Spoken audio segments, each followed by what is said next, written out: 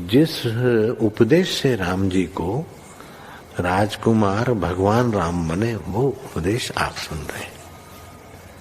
कितना ऊंचा ग्रंथ है। इसको वाल्मीकि रामायण भी बोलते, योग वशिष्ठ महारामायण भी बोलते। राम तीर्थ ने इसी का बार बार अध्ययन किया था। ये आप भी शांत हो जाएंगे परमात्मा में, और दूसरों को भी शांति देने की क्षमता देने वाला ये सदग्रंथ है। इसको वेदांत का सिद्धांत ग्रंथ बोलते हैं। दूसरे होते प्रक्रिया ग्रंथ। ये करके फिर कब वो आचार्य बनो तब समझो। ये तो थोड़ा पढ़ो और फिर वही सिद्धांत की बात। तो बार बार योग वशिष्ठ महारामायण विचारने योग। ओम श्री सद्गुरु परमात्मने नमः।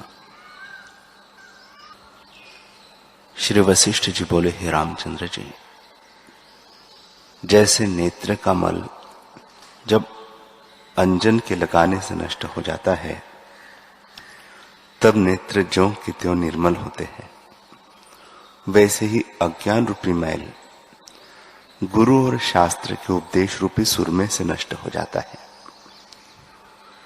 वास्तव में न कोई अहंकार है और न शास्त्र है, क्योंकि आत्मा सर्वदा सब समय उदय रूप है, परंतु तो भी गुरु और शास्त्र से जाना जाता है। हे रामचंद्र जी, ज्ञानवान के साथ चारों अंतःकरण और इंद्रियां भी देख पड़ती है, पर उनमें सत्यता नहीं होती। जैसे भुना हुआ बीज दिखाई देता है, पर उगने की सत्यता नहीं रखता। जैसे जला वस्त्र देखने मात्र को है, पर उसमें सत्यता नहीं होती, वैसे ही ज्ञानवान को भी अभिलाषा रूप अहंकार नहीं होता और उससे वह कष्ट नहीं पाता। जैसे सूर्य की किरणों से मरुस्थल में जलाभास होता है और उससे देखकर पीने के लिए मृग दौड़ता और दुखी होता है, वैसे दृश्य रूपी मरुस्थल में पदार्थ रूपी जलाभास को देखकर अज्ञानी रूपी मृग दौड़ते हैं और दुख ही पाते हैं। जब ज्ञान रूपी वर्षा से आत्मा रूपी जल चढ़ा, तब चित्त रूपी मृग कहाँ दौड़े। जब ज्ञान रूपी वर्षा होती है और अनुभव रूपी जल चढ़ता है, तब चित्त रूपी मृग में यत्न रूपी जो स्फुरण था वह नष्ट हो जाता है। हे रामचंद्र जी, अहंकार अविचार से सिद्ध है और विचार से क्षीण हो जाता है। जैसे बर्फ की पुतली सूर्य की किरणों से क्षीण होती है और जब अधिक तेज होता है तब जल रूप हो जाती है, बर्फ की संज्ञा नहीं रहती, वैसे ही अहंकार रूपी बर्फ विचार रूपी किरणों से क्षीण हो जाती है। जब दृढ़ विचार होता है तब अहंकार संज्ञा नष्ट हो जाती है और केवल आत्मा ही रहता है। ओम श्री सद्गुरु परमात्मने नमः। वशिष्ठ जी बोले, हे राम जी, जो देश काल वस्तु पदार्थ है, उन सब में वह आत्म भाव रखता है। यद्यपि उसमें प्रत्येक से चेष्टा दिखती है, तो भी उसमें हृदय में कुछ नहीं। जैसे सपने में खाता पीता लेता देता अपने को देखता है और जागे पर सबका अभाव हो जाता है, वैसे ही जो पुरुष परमार्थ सत्ता में जागा है, उसको गुण व क्रिया अपने में नहीं भासित होती। वह जो करता है उसमें अभिलाषा नहीं रखता, उसकी सब चेष्टा स्वाभाविक होती है। अपने निमित्त उसे कुछ कर्तव्य नहीं।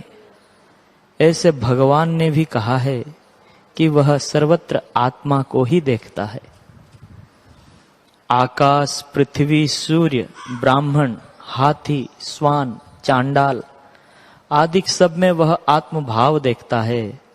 सब आकारों को मृग तृष्णा के जलवत देखता है कि उनका अत्यंत अभाव है। दृष्टा दर्शन दृश्य भी उसको आकाशवत भासित होते हैं और वह निर्मल आकाशवत शांत रूप है। ओम श्री सद्गुरु परमात्मने नमः।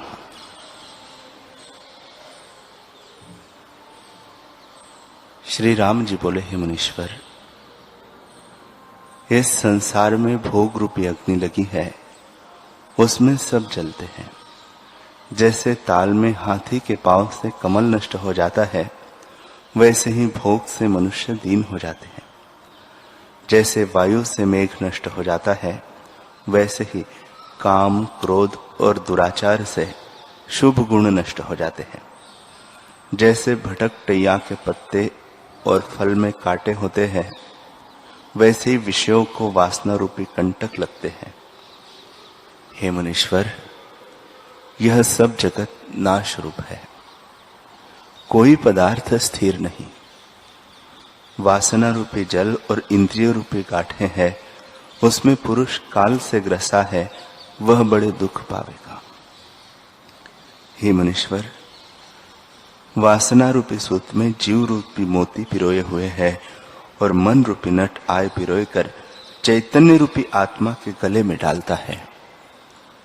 जब वासना रूपी तागा टूट पड़ता है, तब यह सब भ्रम निवृत्त हो जाता है। हे मुनीश्वर, इस जीव को भोग की इच्छा ही बंधन का कारण है, उसी से यह भटकता है और शांति नहीं पाता। ऐसे मुझे किसी भोग की इच्छा नहीं, न राज्य की ही इच्छा है और न घर की, न वन की इच्छा है। न मरने का दुख ही मानता हूं और न जीने का सुख मानता हूं। मुझे किसी पदार्थ का सुख नहीं। सुख तो आत्मज्ञान से होता है, अन्यथा किसी पदार्थ से नहीं होता। जैसे सूर्य के उदय हुए बिना अंधकार का नाश नहीं होता, वैसे ही आत्मज्ञान के बिना संसार के दुख का नाश नहीं होता। इससे आप वही उपाय कहिए जिससे मोह का नाश हो और मैं सुखी हूं।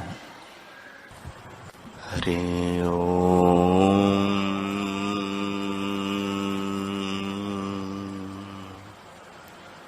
हरि ओम।